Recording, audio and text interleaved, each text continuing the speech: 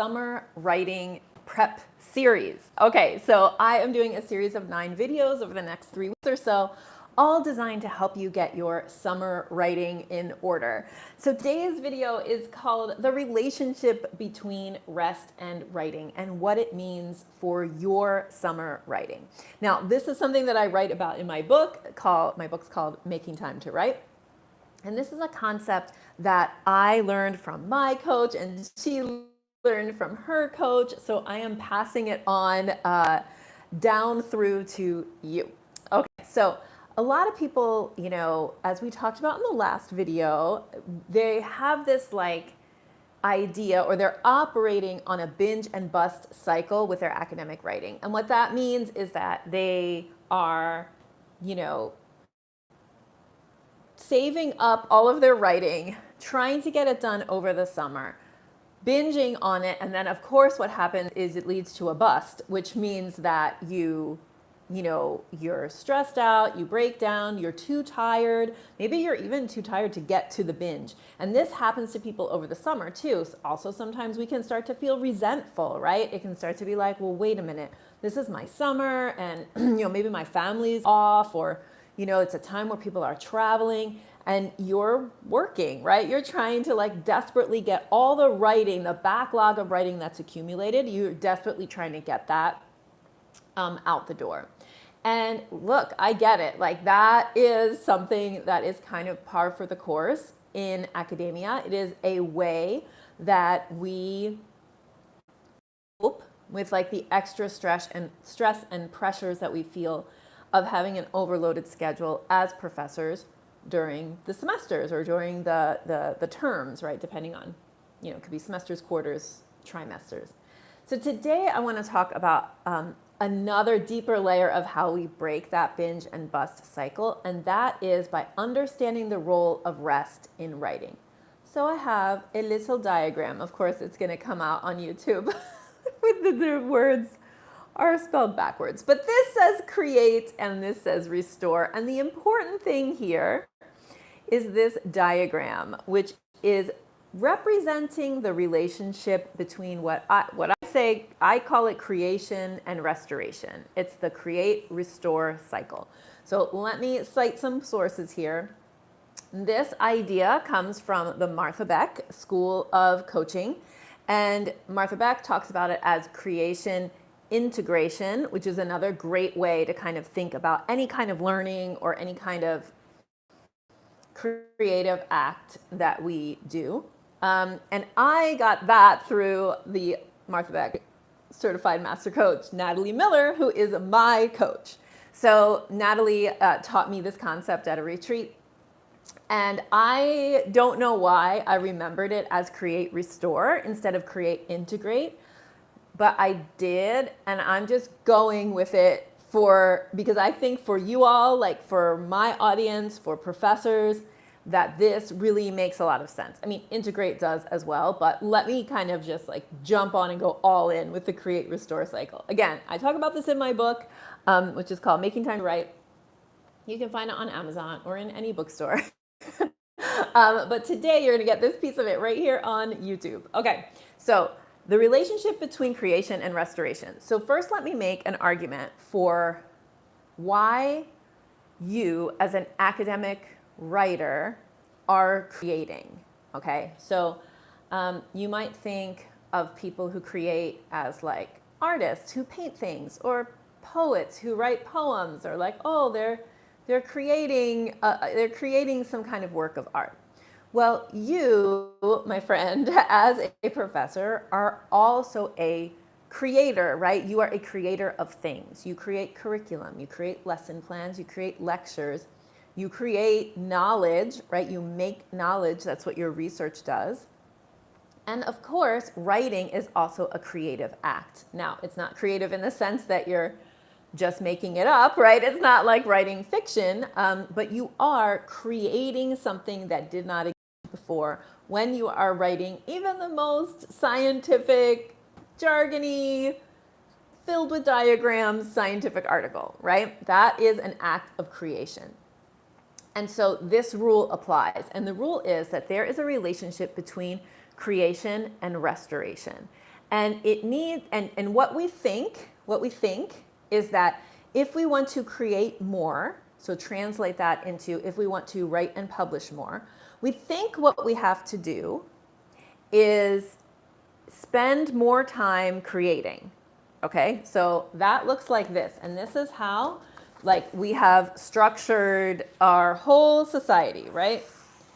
Like this, where we create and have this little tiny time to rest and restore and integrate. All right, so think of the 7-day work week, right? We have the 5 days, Monday through Friday, and this little tiny bit of time over here. The work day, right? We're especially especially for professors, we are working 8 hours, 10 hours a day, and then we have a little tiny bit of time to rest before we sleep, like to unwind, to integrate, to still be awake, but restoring ourselves before we sleep, right? And same thing here with like the academic year, right? So August through May or September through May, and then a little bit of time in the summer. And what you all are doing is taking away from this little bit of time in the summer, the breaks between all of this massive creation, when you are teaching your classes and when you are collecting your data and when you are writing grants and we are doing all of this, presenting and creating. And then you also want to pull even more time out of your very tiny bit of time that you have for restoring yourself. And this is the way that like basically everything works, right? Like I said, the weekday, the 40-hour work week, which really is a 60-hour work week for most professors or more, this is the way it works. Lots of creation, tiny bit of restoration. And then because of this, we think that if we make this bigger, that's how we're going to increase the amount of time that or the amount of production, right? This is how, like, create more time over here, more creation, and ignoring this little bit over here. But that's not how it works. It works like this. So what happens if you want to increase this, the amount that you create? I'm going to put a C for create. Oh, it's still backwards on YouTube. Damn it. Because I'm filming on my phone. If you want to increase your creation, you have to increase your restoration as well. So that you get, right, the more you create, the more you restore, the more you build your capacity to create, the more you build your capacity to restore. These things work like this. It doesn't work like, where's my other diagram? Like with the little bit on the end over here. You cannot increase the amount of things you create, translate, amount of things you write and publish, amount of ideas you have, the amount of new knowledge that you make. You cannot increase this keeping this out of proportion, the resting and the restoring. That's not how it works. How it works is to increase restoration, to increase creation, you increase restoration. So let's talk about that. So let's talk about what that means for your summer, okay? And how you are going to do things in the summer, right? So if you think that you are going to create for 8 hours a day, every day in the summer, or even 4 hours, or even 4 days a week in the summer, and like, okay, I'll give myself Fridays off in the summer, but Monday, Tuesday, Wednesday, Thursday, I'm going to be at my desk writing for, 8 hours a day. That is going to backfire and you are not going to sustain it. And the result of that thinking and trying to do that will be the bust. It'll be the crash because you haven't restored yourself enough to support the amount of creation that you're trying to do. Okay? So this is like real facts here. Like this is like real talk, tough love. You have to rest. You have to restore if you are going to support increased creation this summer. And again, increased creation in this context means more writing, more publishing, right? So how are you going to do that is the question. Well, let's talk about that. All right. First of all, you need times for restoration. And here's what I mean by restoration. I don't mean I'm going to take a week off after I finish grades, and during that week, I'm going to paint my bedroom. Or I'm going to do all those doctor's appointments and all the things I've been putting off all semester. I'm going to cram them into some kind of time off, which then isn't time off, before I start tackling all the writing I want to do or all the creating I want to do this summer. That is, you have to take actual time off. So that means that you have to think about what are the things that restore you? What are the things that are rest for you? Now, for a lot of you, if you are not if you haven't, worked on creating a consistent relationship-based writing practice that has positive feedback loops in it, if you haven't written an academic mission statement and aligned your pipeline and aligned your calendar behind the mission statement, if you haven't done any of that work, the work that we teach in Navigate, or your own version of it, then you might get to May and be so exhausted that you need more than a week. And I just want to say, that is okay. In fact, it's absolutely necessary. So here's how this plays out. Here's something. Here's what could happen. So tell me if this sounds familiar. If you get to the end of the semester, you turn in grades. You go like, whoa, grades are over. Okay, now I'm going to take a break for a week. And what actually happens is, let's say you do take a break for a week. We still need to get back to what activities you're going to do during that week that are going to be restorative. But let's just say you know how to rest and restore, and you do that for a week. Then you try to sit down and write. And what happens? You say, I have a lack of motivation. I have a lack of motivation. What you actually have is a lack of restoration. It's not a lack of motivation. It's a lack of restoration. You haven't properly restored yourself. You haven't rested enough in order for you to be ready to create again. Okay?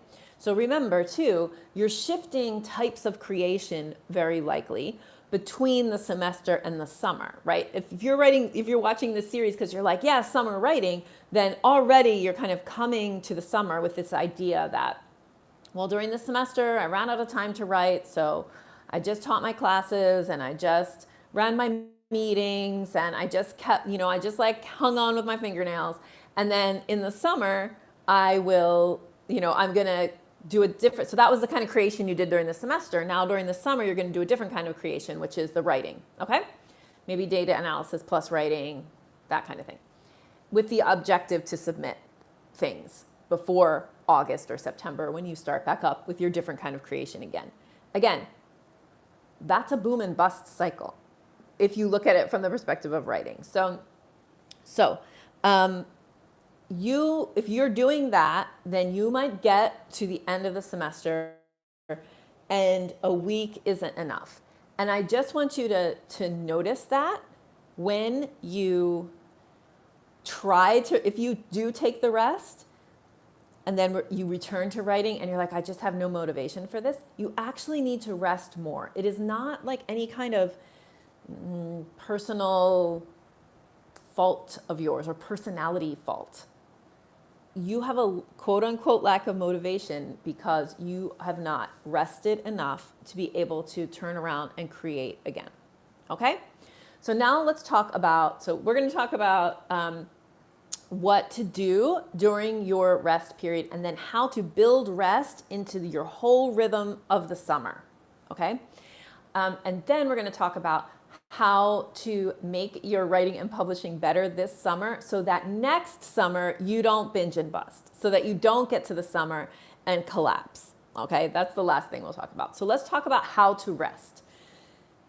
This is something that I struggle with, I will admit. When I have a cool idea, or if I'm like in a problem solving mode, it is very hard for me to turn that off, and I have to be really, really deliberate.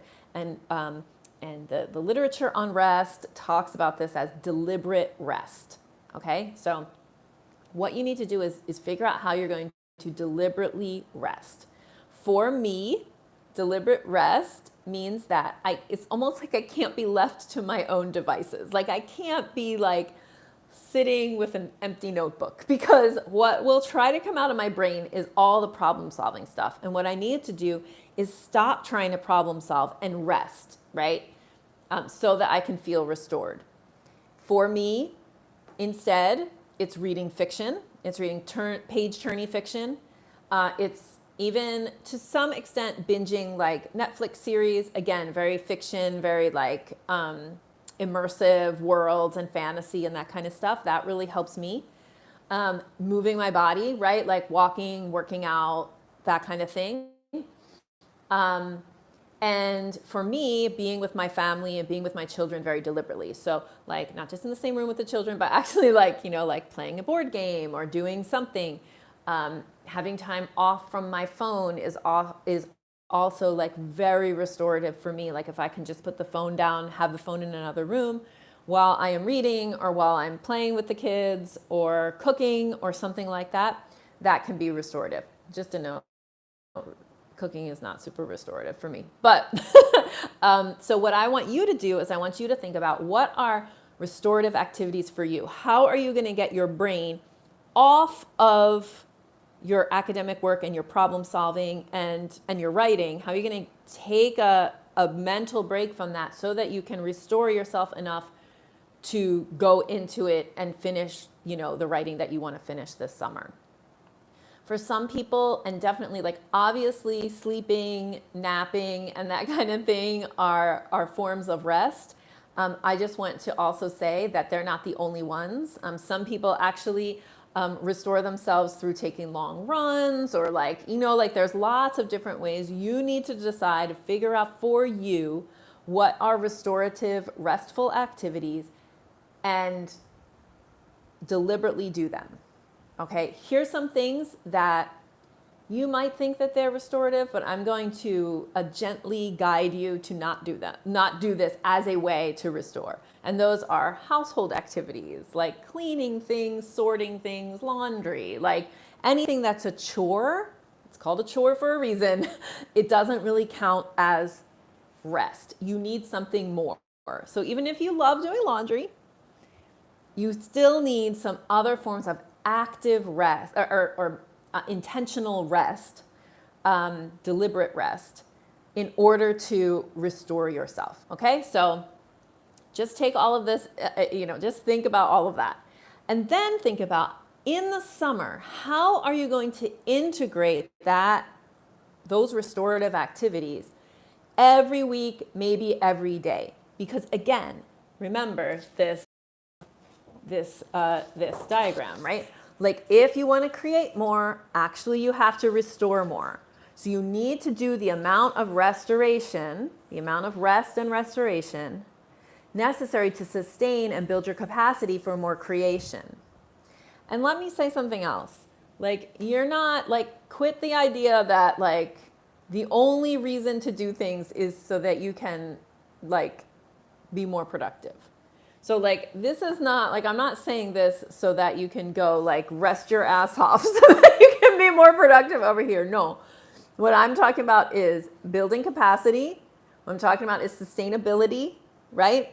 You are restoring over here so that you can sustain the creative work over here. And also it's okay to not create anything if that is your choice for the summer. Okay, I'm just speaking to those of you who have this idea that you're going to get all your writing done this summer and you're going to go back with a totally clear pipeline for September. Okay, so a few things, right? You have to figure out what is deliberate rest for you. You have to figure out, you have to plan, put in your calendar deliberate rest, not just in a big chunk, which I suggest for everyone that between the semester and the summer, whatever that looks like for you, you do a big chunk of deliberate rest. Maybe another one down the line in the middle of the summer somewhere, but also that every day you have deliberate rest in your calendar. Every week you have deliberate rest in your calendar. Especially this is true actually all year, but I think I can convince you better to do it in the summer, like as a way to start and test this.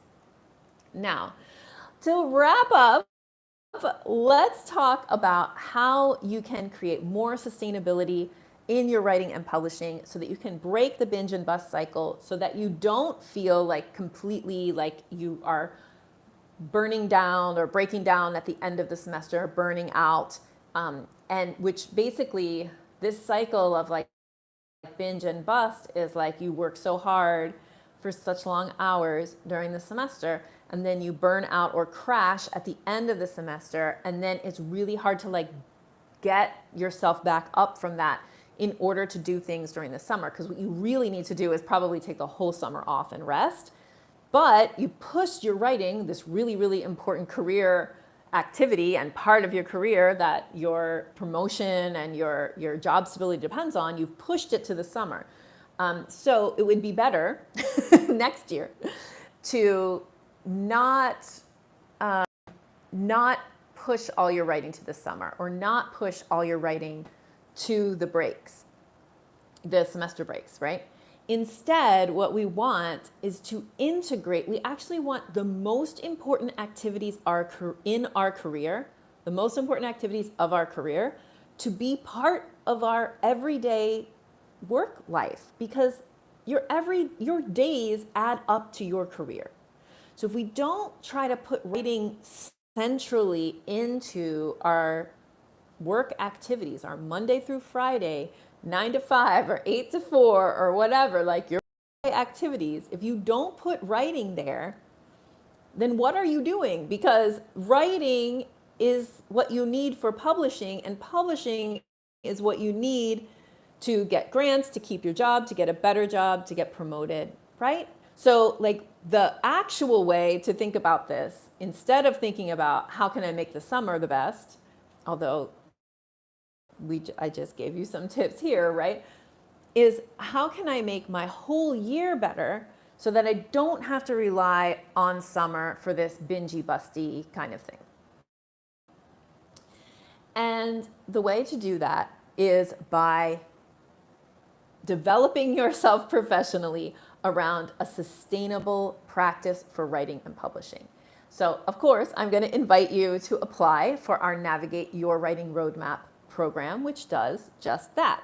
And right now our applications are open. You can find the link to apply in the description, and giving some more details, but if you click on that link, you'll be able to see kind of like the program overview and everything that we'll do during the program.